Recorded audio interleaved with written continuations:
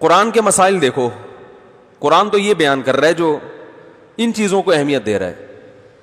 تو ایک صاحب یہاں رفع الیدین پہ جھگڑتے تھے، مجھے کسی نے بتایا یہ اپنے ماں باپ کے ساتھ اتنا برا سلوک کرتا ہے، اتنی بدتمیزی سے بات کرتا ہے، نہ یہ اپنے کسی بزرگ کا احترام کرتا ہے نہ کسی عالم کا احترام کرتا ہے. اس کو آپ اختلافی مسائل میں پوچھو تو فنٹر ہے یہ. تو یہ لوگ ہمیں قرآن و سنت کے اصل احکام سے دور کر رہے ہیں. تو کیسی پیاری تقریر حضرت عیسیٰ علیہ السلام کی کہ میرے رب نے مجھے نماز کا حکم دیا، والزکاتی، زکوٰۃ کے مراد کیا ہے؟ غریبوں پر کے ساتھ حسن سلوک، مال بھی خرچ کروں گا اللہ کی راہ میں. اسلام میں کنجوسی کا کوئی تصور نہیں ہے بھائی. جب پیسہ ہے، دیکھو غیر مسلموں میں کیا ہے، جس کا پیسہ ہے بس وہی ہے. گورنمنٹ زبردستی بیشک 50% کھینچ لے تو کھینچ لے، وہاں کی حکومتیں آدھی آدھی تنخواہیں زبردستی کاٹ لیتی ہیں. تو اسلام میں یہ نہیں ہے. اسلام میں اپنی مرضی سے کیا کر رہے ہو اس پہ ثواب ملے گا. وفی اموالہم حق للسائل والمحروم، اللہ فرماتے ہیں ان کے مال میں حق ہے، مانگنے والوں کا بھی جو مستحق ہیں اور محروم لوگوں کا بھی.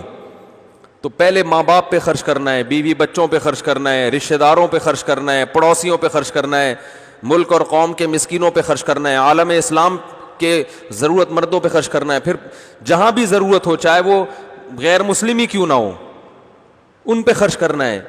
اس کو نبی صلی اللہ علیہ وسلم نے اور قرآن نے ہائی لائٹ کیا ہے. خرچ کر نہیں رہے ہیں، کنجوسی، نماز میں خشوع و خضوع، رفع الیدین کرنا ہے یا نہیں کرنا، اس پہ فنٹر ہوگا کہ نماز جب پڑھے گا کبھی زندگی میں ایک آنسو اس کی آنکھ سے نہیں ٹپکا، کبھی اس کو سجدے میں خشوع نصیب نہیں ہوا. امام کے پیچھے فاتحہ پڑھنی ہے نہیں پڑھنی، اس میں آپ بحث کروا لو. کیسی پیاری بات کسی عالم نے کہی کہ صحابہ کرام کی نمازوں میں اختلاف ہماری نمازوں سے زیادہ تھا. صحابہ میں کچھ یہاں ہاتھ باندھتے، کچھ یہاں ہاتھ باندھتے، کچھ رفع الیدین کرتے، کچھ رفع الیدین نہیں کرتے، کچھ جب رکوع کرتے تو گھٹنوں کو پکڑتے، اور عبداللہ بن مسعود جب رکوع کرتے تو گھٹنوں کے درمیان ایسے ہاتھ رکھتے تھے، گھٹنے پکڑتے نہیں تھے. یہ بھی ایک اختلافی مسئلہ ہے. تو ان کے رکوع میں بھی فرق. ہمارے تو سب کے رکوع ایک جیسے ہیں، اہل حدیث کے دیوبندی بریلوی سارے رکوع ایک جیسے کرتے ہیں. رکوع سے اٹھتے ہوئے اختلاف آتا ہے کہ یہ کرنا ہے کہ نہیں کرنا، جبکہ صحابہ کے تو رکوع میں کیا تھا؟ اختلاف. حضرت معاویہ کے بارے میں عبداللہ بن عباس کو کسی نے بتایا کہ ایک رکعت وتر پڑھتے ہیں. عبداللہ بن عباس کو گویا وہ شکایت کر رہے تھے کہ ایک پڑھتے ہیں. انہوں نے فرمایا دعھا فإنہ صاحب رسول اللہ، چھوڑ دو ان کو اپنے حال پہ. کیا مطلب؟ اگرچہ یہ میری رائے سے مختلف ہیں لیکن نبی کی صحبت اٹھائیے تو کرنے دو. ہمارے ہاں مسلسل ایک رکعت وتر، 3 رکعت وتر. جو 3 پڑھتے ہیں وہ بخاری کی حدیث کا منکر ہے بھائی. آپ ابھی میں نے ایک وتر پہ کلپ ریکارڈ کروایا، جواب دیا تو اس کے نیچے کمنٹس، دلائل سے کوئی جواب نہیں دے رہا، بس بار بار یہی کہ یہ اندھے مقلد ہیں یا یوں ہیں. ایک ایسی بحث امت میں چھیڑ دی ہے جس کی امت کو بالکل ضرورت نہیں تھی. اسی وجہ سے ہم کہہ رہے ہیں کہ چاروں فقہ میں سے ایک کو فالو کرو اور باقیوں کو برحق سمجھو، بس اتنی سی بات ہے. سب نے قرآن و حدیث کی تحقیق کی ہے، سب قرآن و سنت ہی کو مانتے ہیں. اللہ نے نبی سے مختلف اعمال کرا کے ساری سنتیں اس امت میں ہمیشہ کے لیے زندہ کر دی. میں دبئی کئی بار گیا ہوں، وہاں میں نے بہت سے لوگ دیکھے ابو ظہبی میں نا ہاتھ چھوڑ کے نماز پڑھتے ہیں. ہمیں تو کبھی تکلیف نہیں ہوئی ہے، کیا کر رہے ہو ہاتھ چھوڑ کے کیوں نماز پڑھ رہے ہو؟ بھائی وہ مالکی امام مالک کو فالو کر رہے ہیں اور ان کی بھی مضبوط دلیل ہے. امام مالک کہتے ہیں میں نے اہل مدینہ میں سب کو ہاتھ چھوڑ کے پایا ہے، لہذا وہ کہتے ہیں جو ہاتھ باندھنے کی حدیث ہے اہل مدینہ کے عمل سے پتہ چلتا ہے کہ نبی کا آخری عمل کیا تھا؟ ہاتھ چھوڑنے کا. وہ بھی ٹھیک ہے. ہم ہاتھ کیوں باندھتے ہیں؟ بھائی ہم امام حنیفہ کی تحقیق کو فالو کرتے ہیں، ان کے ہاں افضل کیا ہے؟ تو بجائے اس کے کہ ہم ساری زندگی دلائل میں تطبیق دے کے ایک کو ترجیح دیتے رہیں، تو ہم یہ کہتے ہیں یار یہ کام ہو چکا ہے، اب اس کو چھیڑنے کی ضرورت نہیں ہے، سب صحیح ہیں، ایک کو فالو کر لو دوسرے کو بھی صحیح سمجھو. اس سے امت میں اتحاد پیدا ہوگا، اس سے امت میں جوڑ پیدا ہوگا. اور قرآن و حدیث کے نام پہ جس طرح آج امت کو جوڑنے کی کوشش کی جا رہی ہے نا، تو یہ ایسے ہی ہے جیسے غبارے میں جتنا ہوا بھر دی آپ نے، اب جتنا وہ چھوٹا ہو سکتا تھا ہو گیا، مزید اب آپ اس کو دبائیں گے تو وہ پھٹ جائے گا. تو امت میں جو بہت سارے اختلافات تھے، چاروں اماموں نے تحقیقات کر کے ان اختلافات کو سمیٹ دیا ہے. اب سمٹ کے جتنا سمٹ سکتی تھی امت سمٹ گئی ہے. اس کو مزید ایک پلیٹ فارم پہ لانے کی کوشش کی تو یہ سمٹے گی نہیں، یہ پریس ہونے سے پھٹ جائے گی، جیسے کہ پھٹ رہی ہے. جس نے بھی فرقہ واریت ختم کرنے کی کوشش کی ہے نا, کوشش کا اسٹائل ایسا ہوتا ہے کہ اس سے فرقہ واریت ختم ہونے کے بجائے بڑھ رہی ہے. غامدی صاحب ایک نیا فتنہ آ گیا, انجینئر ایک نیا فتنہ آ گیا, نیا فرقہ, فتنہ بھی نہیں, اس سے بھی یہ نہیں, فرقے کے نام پہ فتنہ, اور ممکن ہے کل کوئی دوسرا اٹھے وہ ایک نیا فرقہ. ہر آدمی کہتا ہے دلیل دلیل. توصیف الرحمان راشدی صاحب ایک وہ الگ ہے, انجینئر توصیف الرحمان کو نہیں مانتا ہے, توصیف الرحمان انجینئر کو نہیں مانتا ہے, وہ غامدی ان کو نہیں مانتا, وہ ان کو نہیں مانتا, سب قرآن و سنت کا لیبل لگا کے جمعیت غربہ اہل حدیث, عام اہل حدیث کو نہیں مانتے. جماعت المسلمین صبح سے شام قرآن و سنت کرتے رہتے ہیں بیٹھ کے, لیکن وہ اپنے علاوہ اہل حدیث کو بھی کیا کہتے ہیں, کافر یا گمراہ تو کہتے ہی ہیں.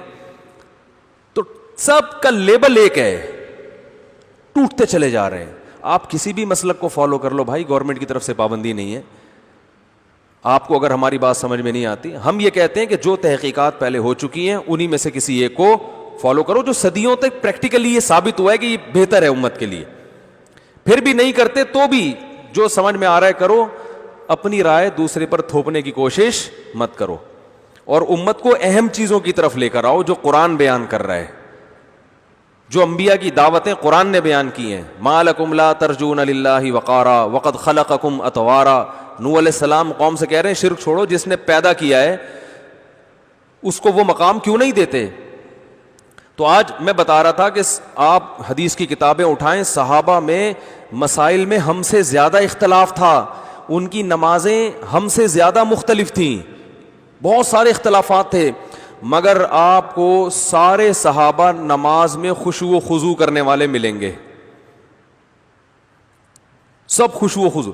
بعض صحابہ تو 2 سجدوں کے درمیان بھی رفع الیدین کرتے تھے, آج تو کوئی بھی نہیں کرتا, لیکن بعض انس ابن مالک سے ثابت ہے 2 سجدوں کے درمیان بھی, اور بعض ایسے ہیں جو صرف تکبیر تحریمہ کے وقت کر رہے ہیں, باقی کسی بھی ٹائم پہ نہیں کر رہے, جیسے عبداللہ بن مسعود رضی اللہ تعالیٰ عنہ. تو ہر طرح کے ملیں گے آپ کو, بعض ہاتھ چھوڑ کے نماز پڑھ رہے ہیں, ہاتھ باندھ کے, اور بعض ہاتھ چھوڑ کے, بعض امام کے پیچھے آمین زور سے کہہ رہے ہیں, بعض آمین نہیں کہہ رہے, بعض امام کے پیچھے فاتحہ پڑھ رہے ہیں, بعض نہیں پڑھ رہے. اتنے اختلافات, ایک چیز قدر مشترک تھی, سب نمازوں میں خشوع و خضوع, سب نمازوں میں روتے تھے, سب کی نمازیں لمبی. آج فنٹر ہر آدمی بنا ہوا ہے فتوے لگانے کے لیے, نماز میں خشوع ختم, سارے مسئلے جو ہے نا, سارے دکان کے حساب کتاب کہاں حل ہوتے ہیں, نماز میں کھڑے ہو کر. اور نماز محبتوں کے بجائے نفرتوں کا ذریعہ بن رہی ہے. تو اس فرقے کا ہے, تو اس فرقے کا ہے, تیری نہیں ہوتی میری ہوتی ہے, ٹانگیں اور چوڑی کر, تو تھوڑی پتلی کر, ٹھیک ہے نا.